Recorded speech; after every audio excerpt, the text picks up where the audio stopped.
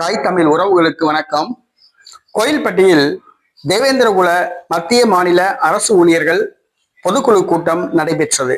கோயில்பட்டியில் தேவேந்திரகுல வேளாளர் மத்திய மாநில அரசு ஊழியர் பொதுக்குழு கூட்டம் நடைபெற்றது.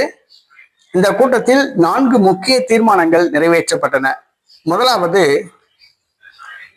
பழைய அரசு ஓய்வூதிய திட்டத்தை திமுக அரசு நடைமுறைப்படுத்த வேண்டும். இரண்டாவது, தென் மாவட்டத்தில் நடைபெறும் சாதி கலவரங்களை இரும்பு கரம் கொண்டு அடக்க வேண்டும். மூன்றாவது, சென்னை அண்ணா சாலை மற்றும் மதுரை மாட்டுத்தாவணி பகுதியில் தியாகி இமானுவேல் சேகரன் அவர்களுக்கு சிலை அமைக்க வேண்டும்.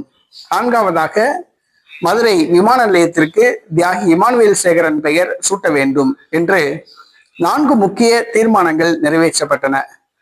இதில் பழைய ஓய்வூதிய திட்டம் அது சிறு மாற்றம் செய்து இன்று காலை புதிய ஓய்வூதிய திட்டத்தை தமிழ்நாடு முதலமைச்சர் மு.க. ஸ்டாலின் அறிவித்துள்ளார்.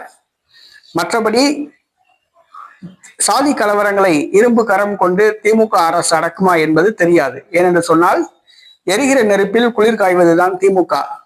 திமுகவை பொறுத்தவரை 2 சமூகங்களுக்கிடையே சாதி கலவரங்கள் நடந்து கொண்டே இருக்க வேண்டும். அப்பொழுதுதான் குளிர் காய முடியும். தேவருக்கும் தேவேந்திரகுல வேளாளருக்கும் இருக்கின்ற மோதலுக்கு தீர்வு காண்பது திமுக அல்ல, அந்த மோதலை முற்றவிட்டு வேடிக்கை பார்ப்பதுதான் திமுக. அடுத்ததாக, சென்னை அண்ணா சிலை, மதுரை மாட்டுத்தாவணி ஆகிய பகுதிகளில் இமானுவேல் சேகரன் சிலை அமைக்கப்படுமா என்பது கேள்விக்குறி. மதுரை விமான நிலையத்திற்கு இமானுவேல் சேகரன் பெயர் சூட்டப்படுமா என்பதும் கேள்விக்குறி.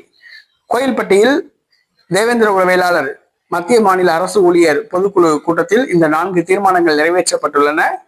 இந்த 4 தீர்மானங்களும் நடைமுறைப்படுத்தப்படுமா என்பது கேள்விக்குறி. நடைமுறைப்படுத்தப்பட வேண்டும். தேவேந்திரகுல வேளாளர் சமுதாயத்தின் கோரிக்கையை அரசு ஏற்று செயல்படுத்த வேண்டும்.